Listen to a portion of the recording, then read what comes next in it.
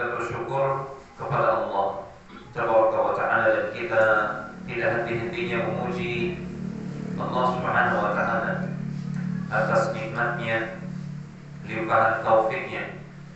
Kembali kita di tempat yang kita harapkan keberkahannya ini, kembali kita dipertemukan oleh Allah Subhanahu wa Ta'ala dalam rangka bertafaqquh fiddin, menuntut ilmu syar'i, jalan kita menuju surga Allah Subhanahu wa Ta'ala. Semoga Allah Subhanahu wa Ta'ala mengumpulkan kita di surga Allah yang paling tinggi bersama Rasulullah SAW dan para sahabat. Dan semoga Allah juga mengumpulkan kita bersama keluarga dan keturunan kita.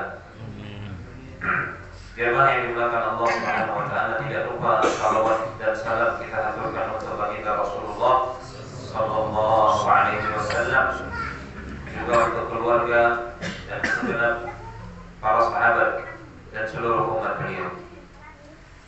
Jemaah yang dimuliakan Allah Subhanahu wa Ta'ala,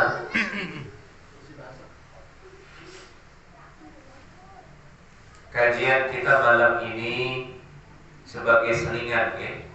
Kita biasanya membahas tentang tafsir tadabbur Al-Quran. Sebagai selingan kita membahas nama Allah Subhanahu wa Ta'ala yang banyak kita temukan di dalam Al-Quran. Al-Ghafur, Al-Ghaffar, Al-Afu, At-Tawwab. Al-Ghafur, dialah zat yang maha pengampun. Al-Ghaffar, dialah Allah Subhanahu wa Ta'ala yang banyak sekali memberikan ampunan dan tidak bosan-bosannya memberikan ampunan kepada hamba-Nya. At-Tawwab, dialah Allah Subhanahu wa Ta'ala yang menerima taubat dari hamba-Nya. Al-Afu, dialah Allah Subhanahu wa Ta'ala yang maha pemaaf. Ini semua nama-nama Allah ini, yang empat ini berdekatan maknanya jemaah sekalian, dan banyak kita temukan di dalam Al-Quran. Al-Ghafur secara bahasa kata para ulama memiliki makna as-sitr, menutupi. Jadi Allah Subhanahu wa Ta'ala menutupi aib dan kesalahan kita di dunia. Dan Dia juga nanti, jika berkenan, Dia juga nanti yang akan menutupi kesalahan dan dosa kita di akhirat, sehingga kita tidak malu dilihat oleh segenap manusia. Ketika manusia yang lain ditampakkan dosa dan aib-aibnya nanti di akhirat, na'udzubillah. Bahkan sebagian manusia, sebagai bentuk hukuman dari Allah Subhanahu wa Ta'ala, ditampakkan aib dan dosa-dosanya, perilaku buruknya di dunia sebelum di akhirat, na'udzubillah. Maka di antara makna Al-Ghafur, Allah Subhanahu wa Ta'ala selain memberikan ampunan, Allah menutupi dosa yang pernah kita lakukan atau aib yang pernah kita lakukan. Adapun Al-Afu, kata para ulama, ini maknanya lebih dalam. Sama maknanya, dialah Allah Subhanahu wa Ta'ala yang memberikan maaf, ampunan. Namun tidak hanya sekedar menutupi dosa, Allah Subhanahu wa Ta'ala berkenan menghapuskan dosa dan kesalahan tersebut. Ya. Namun kata para ulama, jamaah sekalian, yang dihapuskan oleh Allah Subhanahu wa Ta'ala adalah hukuman atau dampak dari dosa yang kita lakukan, itu yang dihapuskan. Adapun catatan dosa ini tidak dihapuskan, jemaah sekalian. Catatan dosa menurut pendapat yang terkuat sebagian para ulama, catatan dosa akan tetap ada, tetap dipelihara oleh Allah Subhanahu wa Ta'ala, dan nanti akan diperlihatkan oleh Allah. Ma minkum min ahadin, tidak ada seorang pun di antara kalian, kata Rasulullah SAW, illa sayukallimuhu rabbuhu. Waalaikumsalam warahmatullahi wabarakatuh. Tidak ada pun seorang, Tidak ada seorang pun di antara kalian melainkan dia pasti akan diajak bicara nanti oleh Allah Subhanahu wa taala, berhadapan, berduaan. Laisa bainahu wa bainahu turjumanun wala hijabun yahjubuhu. Tidak ada antara dia dan Allah Subhanahu wa taala orang ketiga yang jadi penerjemah, tidak ada. Hanya dia dan Allah berhadapan-hadapan. Dan tidak ada hijab antara dia dan Allah. Jadi kita jelas berdasarkan hadis ini, dan hadis ini sahih. Jelas kita akan bertemu Allah Subhanahu wa taala pencipta kita. Berdua-duaan bahkan. Allah akan tanya, di situ Allah nanti akan perlihatkan semua catatan amal kita. Dosa kita termasuk anta fa'alta kadza wa kadza. Kamu sudah berbuat ini dan itu, ditampakkan oleh Allah Subhanahu wa taala. Jadi catatan dosa itu tidak dihapuskan. Yang mungkin dihapuskan oleh Allah Subhanahu wa taala adalah hukuman atas dosa tersebut. Atas dosa itu yang dihapuskan. Apa dalilnya? Karena Allah Subhanahu wa taala berfirman, "Wa may ya'mal mithqala dzarratin syarran yarah." Siapa yang mengamalkan sebesar zarrah sedikit pun dari keburukan atau dosa, dia pasti akan melihatnya. Pasti akan dia lihat. Zarrah itu dalam bahasa Arab, jamaah sekalian, sesuatu yang paling kecil, debu yang paling kecil. Kalau kita kibas-kibas kasur kita atau spray kita, kemudian ada yang terbang debu, nah itu zarrah dalam bahasa Arab. Kalau kita buka jendela, kemudian masuk sinar matahari, kemudian kelihatan ada debu-debu yang berterbangan, itu kita ambil satu titik, itu namanya zarrah. Wa may ya'mal mithqala dzarratin syarran yarah. Siapa yang mengamalkan, yang melakukan keburukan, yang mengamalkan dosa walau sebesar dzarrah, pasti dia akan melihatnya. Nah, para ulama menafsirkan dia akan melihat catatan dosanya. Namun Allah Subhanahu wa taala jika berkenan, maka dia akan ampuni. Artinya Allah tidak akan memberikan hukuman atas dosa tersebut. Ini makna al-afu. Al-afu. Itu sebabnya Nabi di malam Qadar, ya, 10 malam terakhir, terutama di malam-malam ganjil bulan Ramadan, Lailatul Qadar, disunahkan kita memperbanyak meminta ampunan dan maaf dari Allah, bertawassul menggunakan nama Allah ini, Al-Afu. Ya. Allahumma innaka afuun tuhibbul afwa fa'fu anni. Ya Allah, sesungguhnya Engkau adalah Al-Afu, Zat yang Maha Pemberi maaf, yang menghapuskan dosa. Maksudnya menghapuskan hukuman atas dosa tersebut. Tuhibbul afwa, Engkau cinta, Engkau suka sekali memberikan maaf kepada hamba-Mu, maka maafkan aku. Ini nama Allah Al-Afu.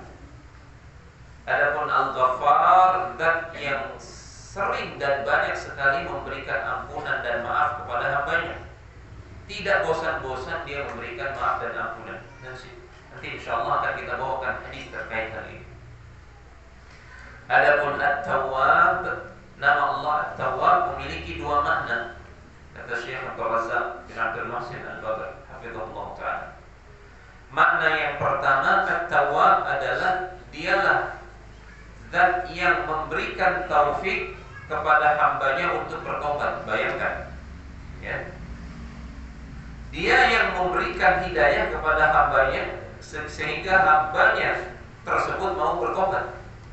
Orang-orang yang hijrah, orang-orang yang tadinya tenggelam dalam dosa dan maksiat, setiap hari dia teler, na'udzubillah, jadi rampok, jadi begal. Tiba-tiba nyesel dia, tiba-tiba kepingin ke masjid, ya, sudah 2 tahun setengah tidak pernah sholat, apalagi ke masjid. Tiba-tiba muncul di hatinya penyesalan, kepingin ke masjid. Nah, siapa yang memberikan penyesalan itu? Allah Subhanahu wa ta'ala. Siapa yang memberikan dia taufik? Allah Subhanahu wa ta'ala. Ini salah satu makna At-Tawwab. Dialah Allah yang memberikan taufik kepada hambanya untuk bertobat. Makna yang kedua dari At-Tawwab adalah dialah Allah Subhanahu wa taala yang setelah memberikan taufik kepada hamba-Nya untuk bertaubat, dia terima taubatnya. Ini At-Tawwab. Jamaah sekalian yang dilakukan Allah Subhanahu wa taala, kalau bukan karena sifat-sifat Allah di balik nama-namanya yang 4 ini, Al-Afu, Al-Ghaffar, Al-Tawwab, Al-Ghafur, kalau bukan karena sifat Allah yang Maha Pemaaf, Maha Pengampun, tidak ada kehidupan di muka bumi. Sudah tidak ada, sudah habis, musnah semua. Kenapa? Dimusnahkan oleh Allah dengan azabnya. Saking banyaknya manusia berdosa setiap detik. Saat ini saja berapa ribu, mungkin berapa juta manusia melakukan kemaksiatan kepada Allah Subhanahu wa taala. Saat ini saja jamaah sekalian. Tidak usah jauh-jauh, di kampung kita ini saja. Sekarang ini, saat ini, berapa banyak saudara-saudara kita kaum muslimin berada di luar, belum sholat maghrib atau tidak sholat maghrib. Itu sudah kemaksiatan, dosa besar. Belum lagi dosa orang-orang kufar di seluruh belahan bumi ini. Berapa juta manusia di waktu yang sama bermaksiat kepada Allah, namun Allah tidak langsung mengadab mereka, memusnahkan mereka. Maka kata para ulama, kalau bukan karena sifat Allah Al-Afu, Al-Ghafur, Al-Ghaffar, At-Tawwab, tidak ada kehidupan sudah di muka bumi. Makanya disebutkan di dalam Al-Quran, walau yu'akhidullahu an-nasa bi-dhulmihim ma taraka 'alaiha min dabbah walakin yu'akhiruhum ila ajalin musamma. Andai kata Allah Subhanahu wa taala memperlakukan kita sesuai dengan kadar dosa kita, artinya setiap kali kita selesai bermaksiat, berdosa, langsung kita dihukum oleh Allah sesuai dengan kadar kezaliman kita. Semakin besar kezaliman kita, semakin besar hukuman dan adabnya. Andai kata itu Allah lakukan, ma taraka 'alaiha min dabbah, tidak ada seekor binatang melata di muka bumi yang bisa hidup lagi. Sudah musnah, ditimpa adab gara-gara dosa yang dilakukan oleh manusia, oleh kita. Walakin yu'akhiruhum ila ajalin musamma. Namun Allah Subhanahu wa taala menunda, memberikan kita waktu. Memberikan kita waktu, menunggu kita untuk bertobat. Ayo, kapan kembali kepada Allah, minta ampun, istighfar, astaghfirullah wa atubu ilaih. Dikasih waktu oleh Allah. Coba lihat orang-orang yang teler setiap hari, yang tidak sholat, masih makan dan minum, masih dikasih bernafas oleh Allah Subhanahu wa taala, masih dikasih waktu untuk kembali kepada Allah, kembali ke masjid, kembali bertobat kepada Allah Subhanahu wa taala. Coba kalau seandainya langsung dihukum oleh Allah, berapa miliar manusia yang akan mendapatkan azab di waktu bersamaan. Dan Allah kalau sudah menurunkan azab, wattaqu fitnatan la tusibanna alladhina zalamu minkum khassah. Takutlah kalian kepada azab yang tidak hanya menimpa orang zalim di antara kalian. Ya, orang yang tidak salah, binatang, tumbuhan yang tidak ada salahnya juga kena azab. Itu azab yang sifatnya umum karena dosa-dosa manusia. Nah itu jamaah sekalian. Jadi kita masih bisa bernafas sampai hari ini, padahal sering kali kita bermaksiat kepada Allah. Tiap hari kita berdosa. Jangan pernah mengatakan, oh saya alhamdulillah hari ini tidak berdosa. Tidak. Ada dosa yang tidak kita sadari. Rasul yang bilang begitu. Allahumma inni a'udzubika an usyrika bika wa ana a'lam wa astaghfiruka lima la a'lam. Ya Allah, aku mohon ampun kepadamu atas dosa yang aku tidak sadari. Bayangkan Nabi berdoa seperti itu. Berarti kan ada dosa yang tidak kita sadari. Maka jangan sekali-kali pernah mengatakan alhamdulillah hari ini saya tidak berbuat dosa. Fala tuzakku anfusakum huwa a'lamu biman ittaqa. Jangan kalian menganggap diri kalian suci. Allah Subhanahu wa taala, Dia yang lebih tahu. Kita banyak berbuat dosa. Sadar tidak sadar kita banyak berbuat dosa. Tapi karena Allah Subhanahu wa taala Al-Ghafur, Al-Afu, At-Tawwab, masih kita diberikan kesempatan. Jamaah sekalian yang dimuliakan Allah Subhanahu wa taala, Allah Subhanahu wa taala menyebutkan di dalam hadis qudsi, dan ini disampaikan oleh Rasulullah sallallahu alaihi wasallam. Allah Subhanahu wa taala berfirman. Hadis ini sahih, diriwayatkan oleh Imam At-Tirmidzi, disahihkan oleh Syekh Al-Albani rahimahullah taala. Allah Subhanahu wa taala berfirman, "Ya bani Adam, wahai anak Adam, innaka ma da'awtani wa rajautani, ghafartu laka wa la ubali." Di sini dalam hadis qudsi ini Allah Subhanahu wa taala menyebutkan ada 3 amalan. Kalau salah satunya ada pada kita, dijamin kita dapat ampunan dari Allah Subhanahu wa taala sebesar apapun dosa kita. Yang pertama, kata Allah Subhanahu wa taala, "Ya bani Adam, innaka ma da'awtani wa rajautani, ghafartu laka wa la ubali." Wahai anak Adam, kalau engkau berdoa hanya kepadaku, ini berdoa hanya kepada Allah, bukan kepada selain Allah. Kalau engkau berdoa hanya kepadaku dan berharap hanya kepadaku, ini dua-duanya harus ada pada diri kita, jemaah. Bukan hanya berdoa saja. Ya, sering kita berdoa, mulut kita saja yang berdoa, tapi hati kita tidak pernah berharap ampunan dari Allah Subhanahu wa taala. Tidak berharap dari Allah agar doa kita itu diijabah. Jadi hati tidak boleh lalai dari doa kita. Wa rajautani, dan engkau benar-benar berharap hanya kepadamu. Sering kita berdoa, hati kita kesana kemari, ya, mikir pasar, mikir jualan, mikir kerjaan dan seterusnya. Sering kita berdoa, bahkan hati kita merasa tidak butuh kepada Allah Subhanahu wa taala. Buktinya kita doa cepat-cepat tidak menghayati. Itu merasa tidak butuh kepada Allah Subhanahu wa taala. Orang kalau butuh kepada Allah, dia memelas-melas. Orang kalau butuh, ya. Ini yang pertama. Ghafartu laka wa la ubali. Kalau engkau hanya berdoa dan berharap kepadaku, kata Allah Subhanahu wa taala, aku akan ampuni dosamu, aku tidak peduli sebesar apapun. Hadis sahih. Yang kedua, firman Allah Subhanahu wa taala, "Ya bani Adam, law balaghat dhunubuka 'ala as-sama, thumma astaghfartani, ghafartu laka wa la ubali."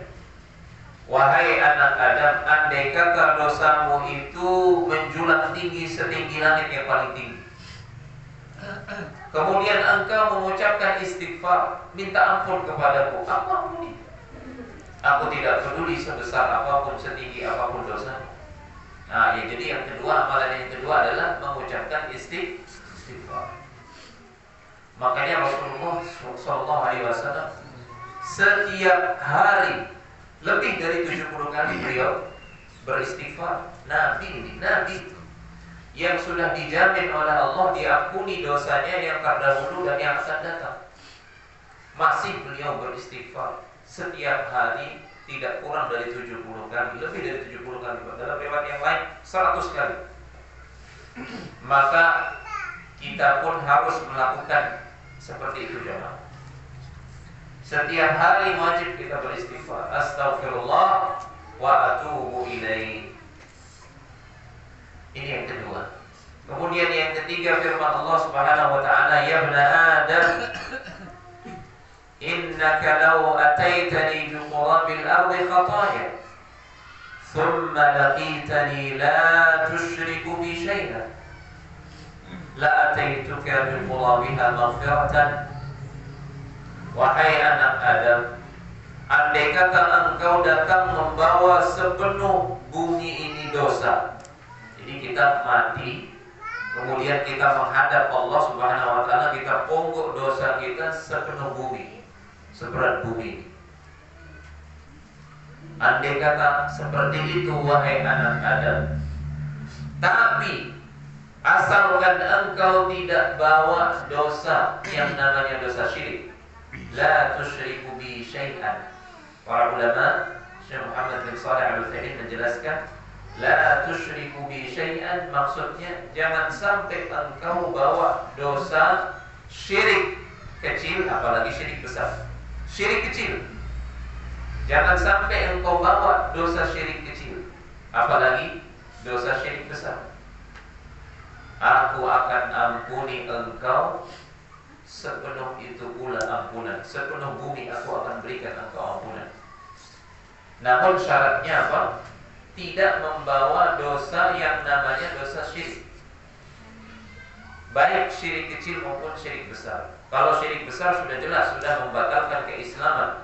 Orang kalau tidak bertaubat sebelum dia meninggal membawa dosa syirik akbar, kekal dia di dalam neraka. Ini dosa syirik kecil.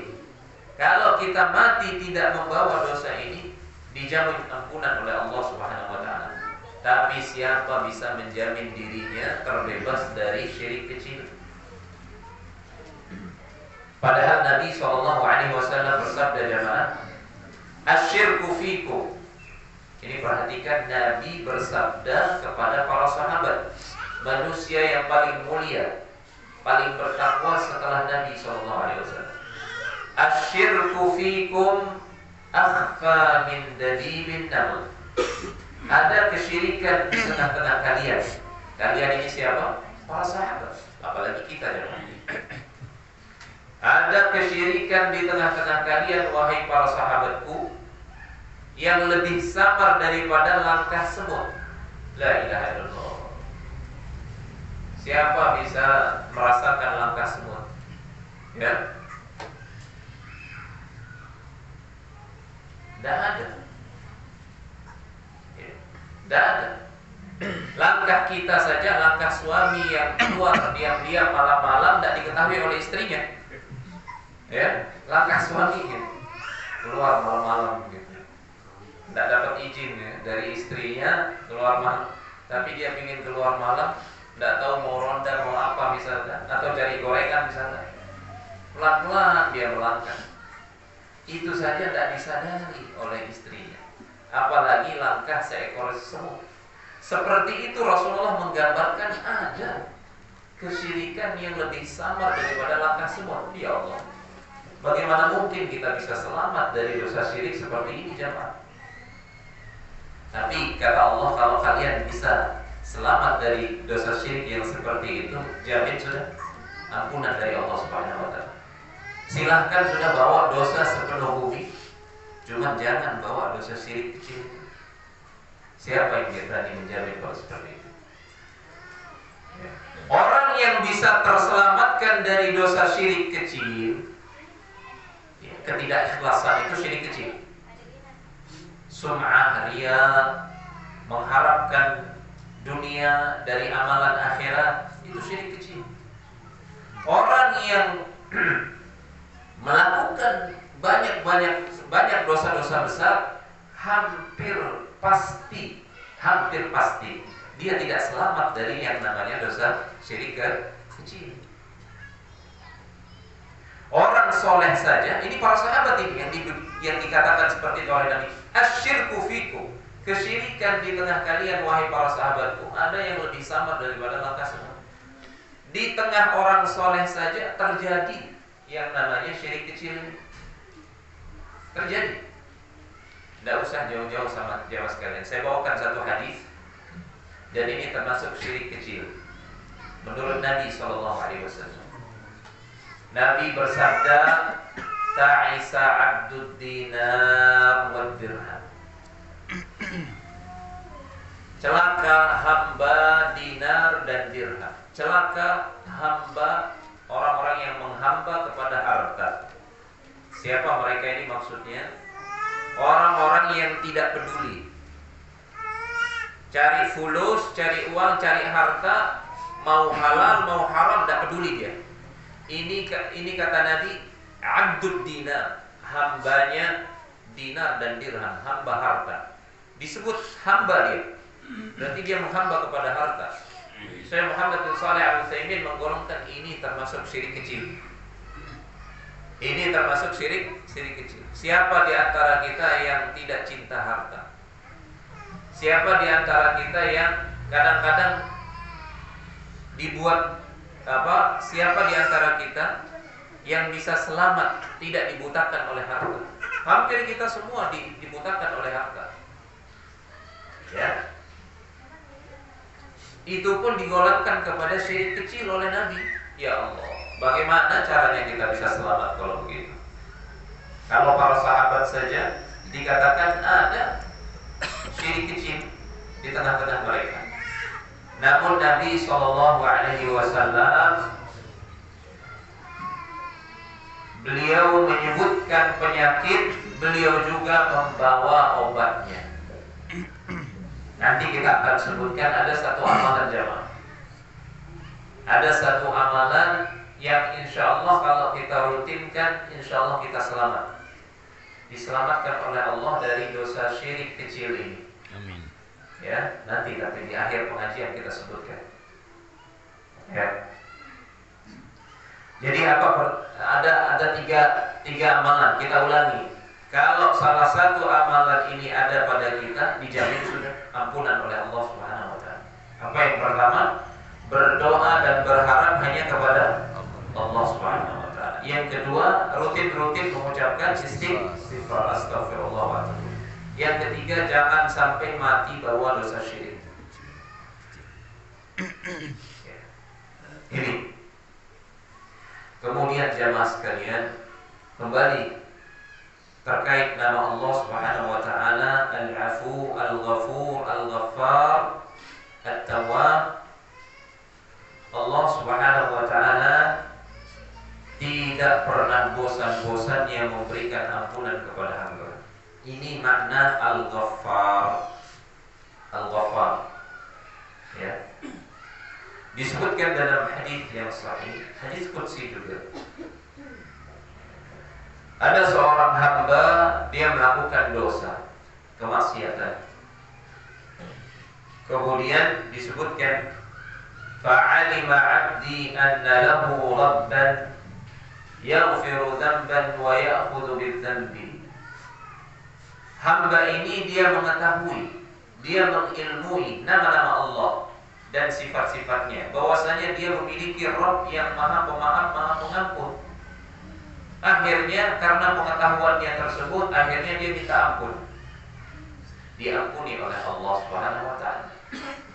Besok lagi dia melakukan dosa yang sama, lagi dia melakukan dosa yang sama.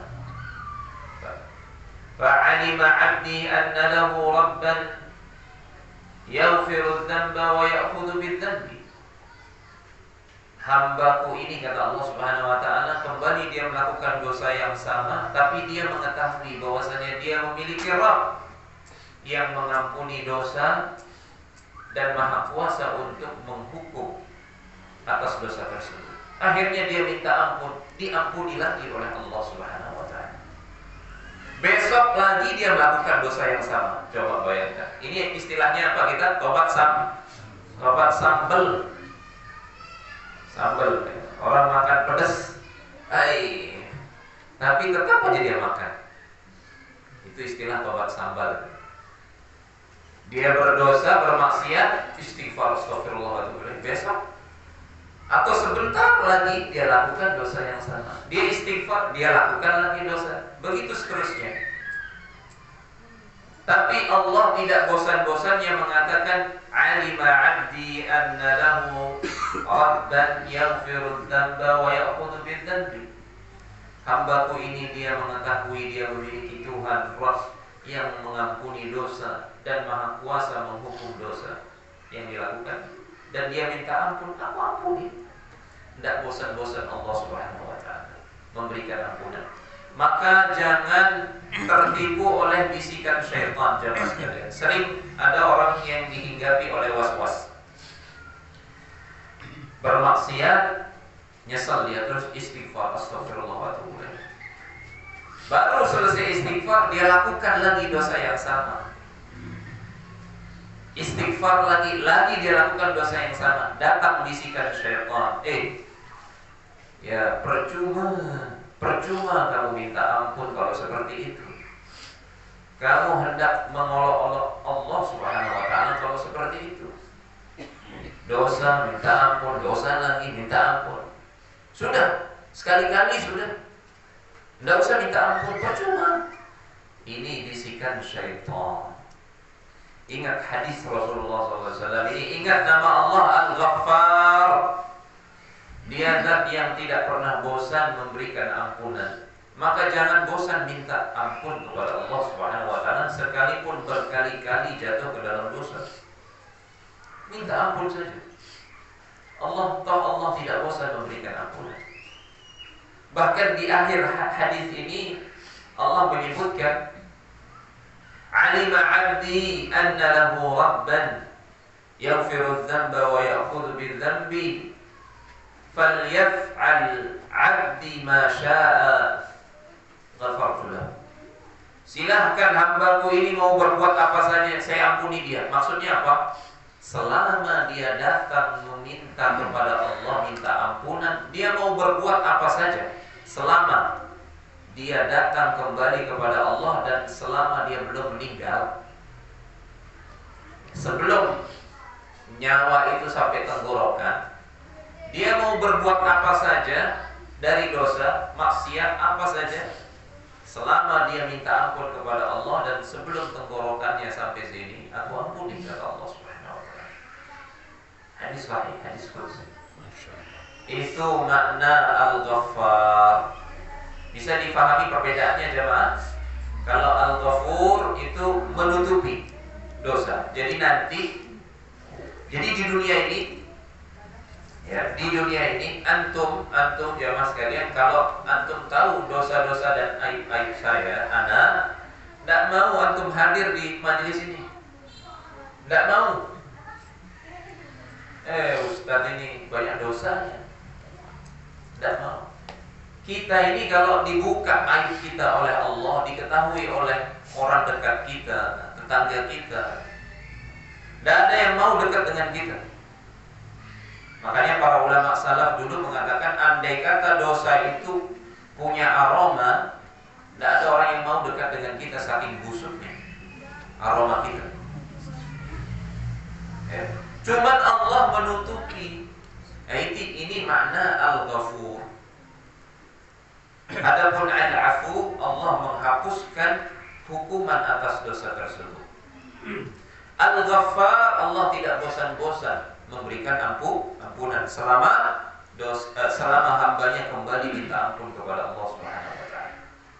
Maka jangan pernah mau ditipu oleh syaitan. Ini sering was-was. Ditimpa orang yang bermaksiat, ditimpa was-was oleh syaitan. Kamu percuma tobat sambal, sudah sekalian aja. Akhirnya betul, sekalian dia tenggelam dalam kubangan dosa dan kemaksiatan, dia tidak bisa keluar. Na'udzubillah. Padahal Allah berfirman, "Qul ya ibadiyalladzina asrafu ala anfusihim la taqnatu min rahmatillah innallaha yaghfiru dzunuba jami'a." Katakanlah wahai Muhammad SAW kepada hamba-hambaku, wahai hamba-hambaku yang melampaui batas terhadap dirinya dengan dosa dan kemaksiatan, jangan kalian putus asa dari rahmat Allah SWT. Sesungguhnya Allah mengampuni semua dosa selama dia bertobat sebelum nyawanya sampai kerongkongan. Maka jangan pernah bosan-bosan kita. Kemudian At-Tawwab, dia memberikan taufik kepada hambanya. Selun-selun, ya. Selun-selun, ingin apa selun-selun bahasa sini, ya? Tiba-tiba tidak ada angin, tidak ada hujan, tidak ada badai, dia nyesel, ingin bertobat. Makanya banyak kita temukan di pengajian, termasuk di pengajian tiang, ya. Banyak yang Dulu bercerita, saya dulu Ustaz, saya teler tiap hari, saya preman, pokoknya sudah saya tidak pernah sholat. Tiba-tiba dia ketemu dengan pengajian sunnah, tobat dia 180 derajat, berubah kehidupannya, luar biasa. Ya, mengamalkan sunnah, sholat 5 waktu setiap saat di masjid, masya Allah, luar biasa. Tiba-tiba tidak ada hujan, tidak ada badai, tiba-tiba kepingin tobat. Ini taufik dari Allah Subhanahu wa taala. Itulah makna at-tawwab. Setelah hambanya itu bertobat, dia terima tobat. Bayangkan, dia yang kasih, dia yang nerima, Allah Subhanahu wa taala. Ya. Allah. Nah, jamaah sekalian yang dimuliakan Allah Subhanahu wa taala,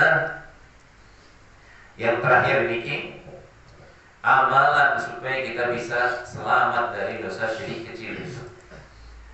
Rasulullah Shallallahu Alaihi Wasallam mengajarkan kepada sahabatnya yang paling dekat, Abu Bakar As-Siddiq. Bayangkan ini Abu Bakar As-Siddiq ini.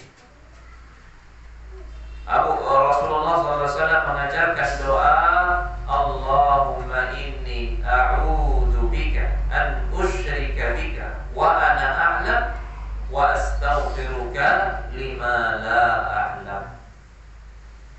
Ya Allah, aku berlindung kepadamu dari dosa kesyirikan yang aku ketahui, yang aku ilmui, dan aku mohon ampun kepadamu dari dosa syirik yang aku tidak ketahui, yang aku tidak sadari.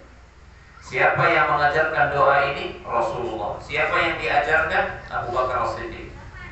Padahal imannya Abu Bakar As-Siddiq disebutkan dalam hadis, imannya Abu Bakar As-Siddiq kalau ditimbang dengan imannya seluruh umat Islam, masih lebih berat imannya Abu Bakar As-Siddiq.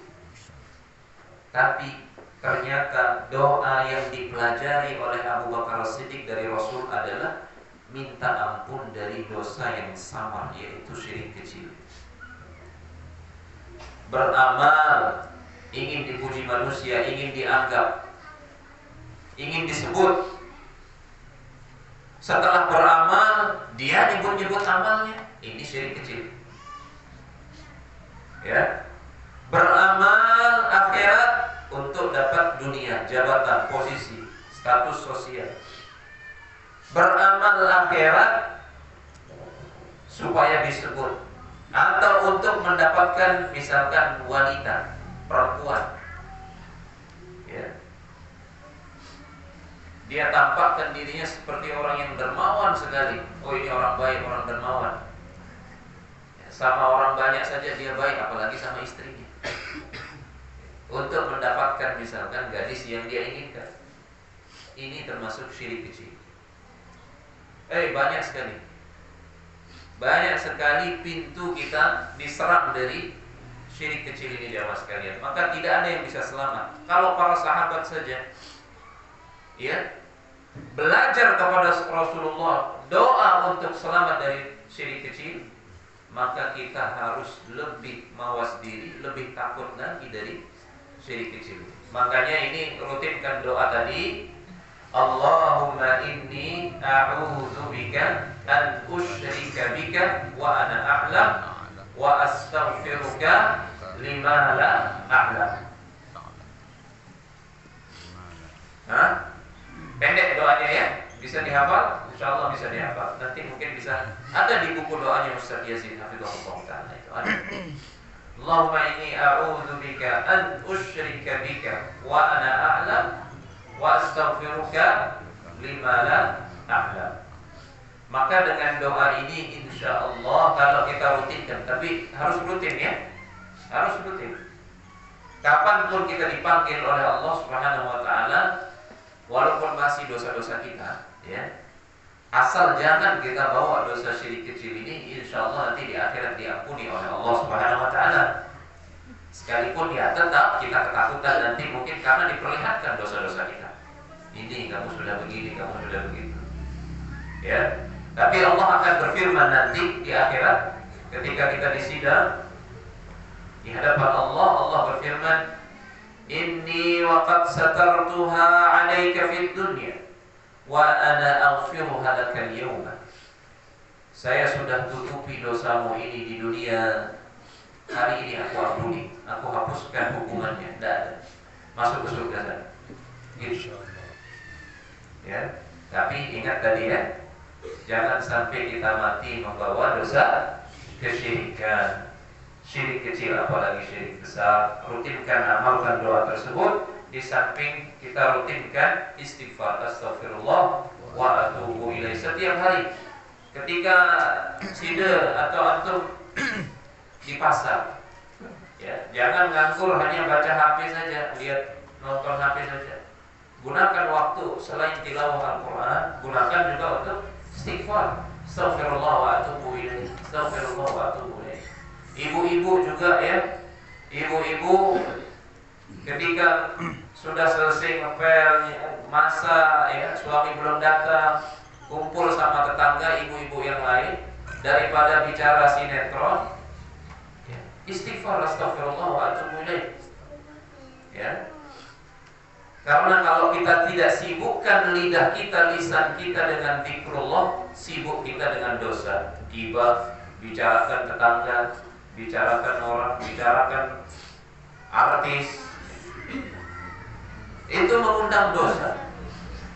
Maka sibukkan lisan kita dengan zikrullah, istighfar, astagfirullah wa atubu ilaih. Dan istighfar ini jamaah sekalian, kata Ibnu Qayyim rahimahullah ta'ala, doa yang menghimpun semua kebaikan, tolak bala yang menolak semua bala. Ini istighfar. Ibnu Qayyim mengatakan, kalau kamu bingung mau berdoa minta apa kepada Allah Subhanahu wa ta'ala, ucapkan saja istighfar. Karena kalau engkau mengucapkan istighfar, Allah mengampunimu, Allah akan mencintaimu. Jadi kalau sudah bersih dosa kita, dicintai kita oleh Allah. Nah, kalau kita sudah dicintai oleh Allah, semua kita dapat. Ya. Kalau kita bingung, apalagi kita misalkan tidak hafal doanya, sering apa doanya? Apa doanya? Kalau kita bingung mau minta apa dan tidak tahu doanya, ucapkan saja istighfar, kata Ibnu Qayyim. Istighfar itu menghimpun semua kebaikan dan menolak semua bala. Ali bin Abi Thalib radhiyallahu ta'ala anhu mengatakan, "Ma nazala bala'un qat illa bi dhanbin wa ma rufi'a illa bi taubah wal istighfar." Tidak ada satu bala musibah yang menimpa melainkan pasti karena dosa, dan tidak akan diangkat bala tersebut, tidak akan tertolak kecuali dengan taubat dan istighfar. Semoga Allah Subhanahu wa taala menambahkan untuk kita ilmu yang bermanfaat, menerima amal saleh kita dan mengampuni dosa-dosa kita. Mungkin hanya ini, ada wassallallahu ala nabiyina Muhammad wa ala alihi washabihi wasallam wa akhiru da'wana alhamdulillahi rabbil alamin. Ada pertanyaan?